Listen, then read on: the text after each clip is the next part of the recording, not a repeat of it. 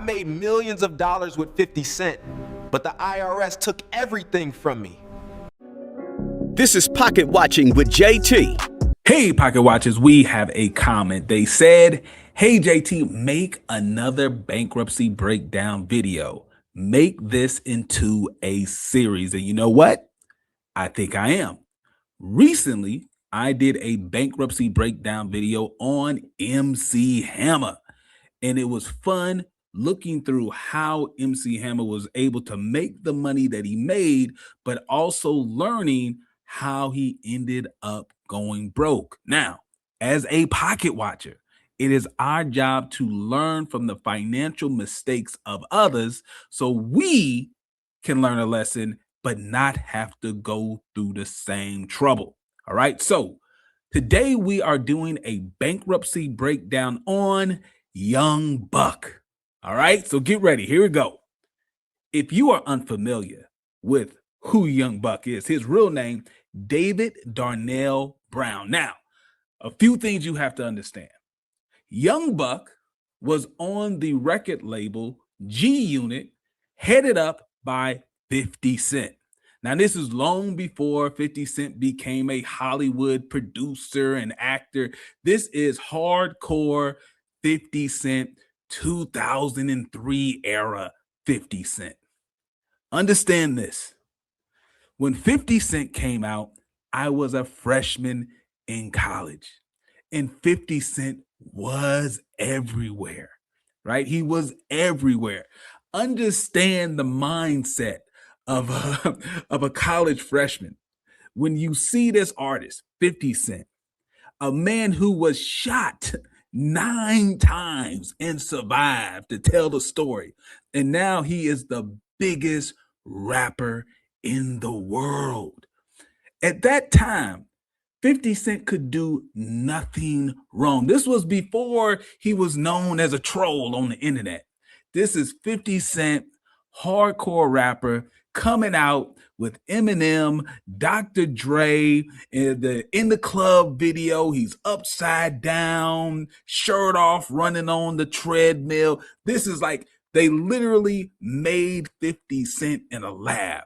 In the video, it looked like 50 Cent was the perfect rapper for the moment.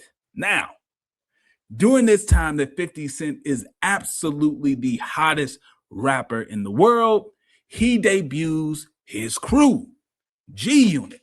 Now, his crew, and he's from New York, but Young Buck is from the South. Young Buck is from Tennessee, and he sounds different than everybody else in the group, right? He sounds different, but he brings that same, hardcore rapper edge, but with a Southern slang to it, all right? So Young Buck is doing good. Young Buck is doing good. He's dropping videos. Everything is great, but then something bad happens. According to the reports, on August the 3rd, 2010, the IRS executed a high-profile raid on the rapper's home in Nashville. Yeah, buddy. This seizure was caused based off a long-standing $300,000 tax debt. All right? The IRS comes knocking on your door, and they take your stuff. How do you end up in this situation? All right, let's go over it. Now, the IRS raids his home August the 3rd, 2010. What is Young Buck's reaction? Well, his reaction is to file for Chapter 13 bankruptcy. For those of you who have no idea what I'm talking about, let me break that down. There are different types of bankruptcy. Most people, when you hear the term bankruptcy, you are thinking Chapter 7. Chapter 7 is when you basically give up what you got and allow the court to sell your stuff to pay off your debts. And most likely the stuff that you have is only a drop in the bucket based off what you owe. You owe way more than what you have, but at the end of the process, they wipe away the rest of the debt. That is not what Young Buck did. Young Buck voluntarily entered into Chapter 13 bankruptcy. This is the type of bankruptcy where you basically set up a payment plan to pay off your debts in full. Why would he do this? Well, he did it because when you file for bankruptcy, you put a hold on collection activity from the people who you owe money to. Well, the IRS had already took his stuff. Young Buck files for Chapter 13 bankruptcy in October of 2010. This is to stop the IRS from auctioning off the stuff they already took from his home so that they can stop. He's going to set up a payment plan. That way the IRS won't sell his stuff. He says, hold on, let me put together a payment arrangement. That way you guys don't have to sell off my stuff. I can get my stuff back and I'll pay you off. Here's the problem. A little over a year later, after he filed that Chapter 13 bankruptcy, which was voluntary, right? He voluntarily entered into the Chapter 13.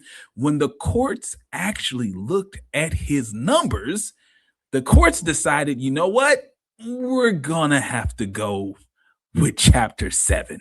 Okay. We're going to have to go with Chapter 7. So let's see what the numbers actually were. Now, according to the documents, Young Buck reported his monthly income of $13,542.52. This was the monthly income he was receiving from his record label, Cash Bill Records. Now, his annual gross revenue was around $140,000, which was reported in 2008. But here's the weird part. He reported his expenses was only $2,242. Seems a bit odd. Normally, I would say, man, that's amazing. That's amazing. Look how fiscally responsible Young Buck is. His income is almost $14,000 and his expenses is less than $3,000. That's amazing. The problem is you normally do not end up in a bankruptcy court if your income is that high and your expenses are that low. Doesn't really make sense. How do you end up in bankruptcy when you have such a net positive cash flow? Well, if you actually look at the filing that he did, you'd see that he put $0 down for the rent on the mortgage. He put $0 down for food. Seems a bit odd when we take a look at what his assets were. Now, according to the bankruptcy filings, the man had two homes. Those two homes, the market value was around almost $1 million, $902,700. He didn't own those homes free. He had debt on those homes. So I'm kind of confused on how he did not report the mortgage payments as part of his expenses when you clearly show that you have two properties and both of those properties have debt on them. Now, I'm a big fan of trying to teach you guys the difference between appreciating assets and depreciating assets. Now, once again, appreciating assets are things that go up in value after you buy them. Depreciating assets are things that go down in value after you buy them. Now, the appreciating assets that Young Buck reported were those two homes. The depreciating assets were the vehicles that this man had. He had a 2009 Cadillac Escalade. Yes, he also had a 2004 BMW X5, and he had a Harley Davidson motorcycle. Looks really good in the driveway or the parking lot, but it does not help increase your wealth. Now, let's take a look at the debt, okay? He had debt over $1.5 million when you add it all up, okay? Let's go over the real estate real quick. He had real estate mortgages over $685,000.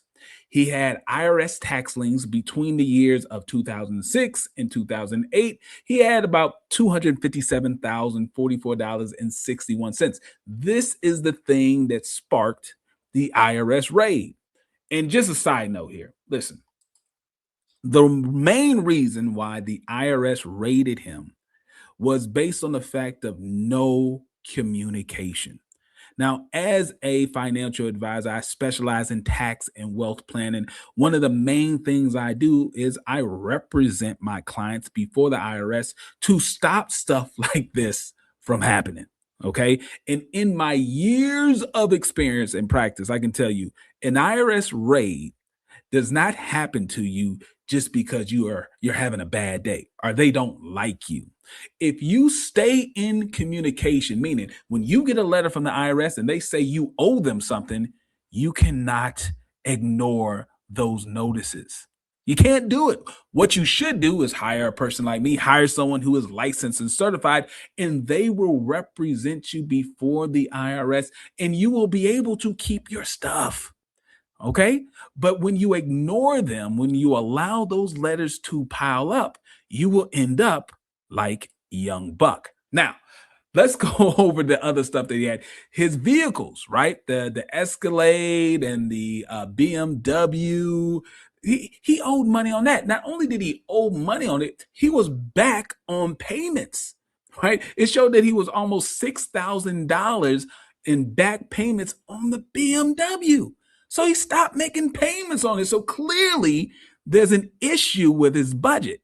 And we don't see it in the filing, but the reality is his budgeting has to be off. All right. Now, there are the other debts here. Now, you have the debt to the IRS, but you also have debt to states because states have income tax as well. Now, his home state of Tennessee does not have income tax. So he's safe from income tax from his home state. The problem is, it seems like he made a lot of money in New York.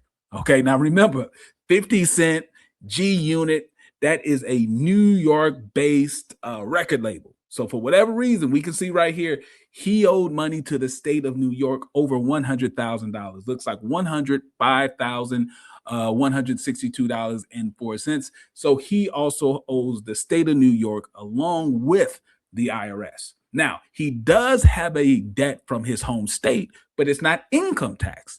The debt that he owes to his home state is back child support. It was about $14,156 that he owed to back child support. So those are things that have to be dealt with as well because they're claims against you, right? People say you owe them money. You file for bankruptcy. It's something you got to deal with. Now, here comes the big problem. Apparently, this was during a time that Young Buck and Curtis Jackson, aka 50 Cent, they had some problems, right? They had some problems. If you know 50 Cent, he's famous for saying money by Monday, right? They had some problems. So based on the filings, it says that G Unit Records was making a claim against Young Buck saying that he owed them $10 million based on a contract dispute. So that is a problem. Okay, that is a big problem. Then 50 Cent personally claimed that he owed him $170,983. Right? He also had over $137,000 of unpaid medical bills, utility bills, credit cards. This just goes to show you cannot be fooled by the lifestyle that celebrities put in front of your face. This isn't just Young Buck. This isn't just MC Hammer. I'm going to continue doing this bankruptcy breakdown series, and I will show you that the images that you see on your timeline are fake. They are not real. They're either renting stuff or they're buying things that they cannot afford. And you fall for the trick every time trying to emulate them, trying to do the things that they do, and you end up broke just like they are. Okay. Now let's take a look at this. When everything was all said and done, when we take a look at the debt situation, He had real estate, almost $1 million, $902,700. What happened with that? Well, he just gave it up. He gave the property back to the banks. There was nothing he could do. So he lost the homes, right? His music royalties, right? He had over $350,000 worth of royalties from his music. What happened? Well, the court took it. The court took the $354,836.80. Court just took it. What about his personal items? Those things were auctioned off. $24,568. The IRS auctioned off that stuff so that they could get paid. Now, let's do a reality check. How much money did Young Buck have to actually make to support the lifestyle that he was living? Okay. For him to actually afford carrying a $1.1 million debt on the properties and everything he had, if he's following a very simple 50-30-20 budget, meaning 50% of your income is going towards your needs, 30% of your income is going towards your wants, and 20% of your income is going towards your saving and investing. If he has a steady budget that anyone can set up, it doesn't matter if you make $50,000 a year or $500,000 a year. If you set up a budget based off this ratio, 50-30-20, you will not go broke. Okay. Doesn't mean it makes you a multi-billionaire, but you will not go broke. Now, in order for him to be able to keep up with that type of lifestyle, he would need to make around $40,000 a month, right? Almost $500,000 a year, $480,000 a year, right? That would just be covering his needs based off the way that he was spending. The problem is his reported income was $13,542. Okay. But he was living the lifestyle of a person who should have been making an extra $26,000 a month. That means that's how much money he was short. He was short $26,000 a month based off the lifestyle he was living. Now, there's some good news in this story. In July of 2012, Young Buck, he was in prison at this time, but he sent someone to the IRS auction to try to get back some of the stuff that the IRS took. Ultimately, the main thing that he got back was his wrap chain. Understand, during that time, your wrap chain was a very important thing, super important thing. He sent someone there to bid for his chain. The value of the chain was reported to be $20,000, but apparently got a deal. It was $12,600 was the winning bid, and Young Buck was able to get his 615 chain back from the IRS. Pretty much everything else went to random people, right? Apparently, he had a hard drive that was removed from his home, and people thought that the hard drive probably had some unreleased music on the hard drive, and they thought, hey, if I bid for it and I win the hard drive, then I technically own the stuff that's on the hard drive, and I could make money off of unreleased G Unit / Young Buck music.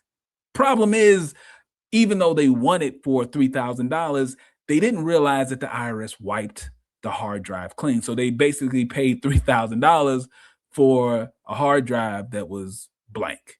Yeah. And there was other memorabilia and studio equipment that other people bought, but at least Young Buck got his chain back. Now, what is the problem? What should Young Buck have done? Number one, he did not have a budget. Even though you feel like you're making all this money, the problem is it does not matter how much money you make, you still need a budget. You may think in the moment that you'll never run out of this money, but the reality is you will absolutely run out of the money if you spend it all. It doesn't matter if you make $100,000 a year or $100 million a year. You will run out of it if you spend it all. You have to have a budget. Now, no tax planning. This IRS raid was based off of not understanding how the tax code works. Okay. If he simply would have set up a payment plan directly with the IRS prior to the raid, which he had ample opportunity to do, he would never have fell in this situation. Okay. He was buying some luxury things that were basically depreciating assets. He had a watch that was over $30,000. Think about this. I want to be clear. The man had a watch that was over $30,000, but at the same time, he owed a utility bill that was less than $1,400. How does that make sense? How can you rationalize having a watch on your wrist that is over 30,000, but you're in threat of the lights being cut off because you didn't pay a $1,400 electricity bill? That's a problem. Now, his other problem is just doing bad business, not understanding that reneging on the contract that he had with 50 cents, that he was going to get this $10 million judgment on him, right? You got to make sure you're doing business in the right way. That's why you got to make sure that you make friends with and you hire the right advisors. You need a lawyer. You need an accountant. You need a financial advisor. You may not need to keep us on retainer every single month paying a fee. That may not be it, but you need a relationship with these type of professionals to make sure that you are on track to accomplish your financial goals. Now, Young Buck is not a client of mine, but I would absolutely help him if he needed it. But what I'm going to do for you guys, I'm going to make sure you understand the Pocket Watcher 7 money rule so you will never be in this situation. All right. Rule number 1, budgeting. It is the foundation of any financial success that you will have. You got to have a budget. Number 2, emergency savings fund. You need 3 to 6 months of your monthly bill money off to the side. So when your money gets a little low, you do not have to put it on a credit card to make ends meet. That leads us to step number 3, which is debt planning. If you do have high interest credit card debt or any kind of debt that is slowing you down from building wealth, you need to build a plan to get rid of the debt. It can be the debt snowball, the debt avalanche, either one. Just get rid of the debt. Step number 4, insurance planning. You got to have the right insurance. If you do not have the right insurance on your property, let's say your home, your apartment, your car, and if something happens and you got to pay 100% out of pocket to get back to where you were because you did not have insurance, that will destroy your financial plan. Number 5, tax planning. Right here, we see it. Now, you may not have a $300,000 bill with the IRS. Maybe you have a $13,000 bill with the IRS, but you still need to have a tax plan. Number 6, wealth planning. You need to put away 15, 10%, whatever you can afford a month off to the side, investing for your future, because the way that time works and compound interest works, it may not feel like a lot of money to you now, but let 5, 10, 20 years go by, you will be amazed by the amount of money that stacks up when you are properly wealth planning. And the final step, step number 7, is estate planning. If you followed steps 1 through 6, that means you built up some wealth in your life. Now it's time to create a plan of how that wealth is going to go from you to the next generation. We're talking about making sure that you have a will, maybe a trust. All of that stuff is within estate planning. So my recommendations to you is to go to my website, pocketwatcher.net. Click the free app button. If you do not have a budget, if you do not have a active plan how you're going to get out of debt, you can sign up for this free app. You can create your budget. You can create your debt plan, and all the nuggets and the truth of the Pocket Watcher 7 money rules. You can find it right there inside of the app. And last, if you have a question for the Pocket Watcher, or if there is a celebrity that you want me to review their bankruptcy, go to pocketwatcher.net, click the Ask JT button, and when I get time, I do the best I can to get you an answer. Thanks for watching. Are you looking for real financial advice? Thornton Financial is here to help. Certified financial planner Jayson Thornton specializes in tax and wealth planning. Are you living paycheck to paycheck with no retirement plan? Do you need help with the IRS? Book your free consultation with Thornton Financial today. Budgeting, savings, debt management, and retirement. Even tax debt settlements. Get the advice you need to live your best life. Book your free consultation appointment today. Go to www.thornton-financial.com.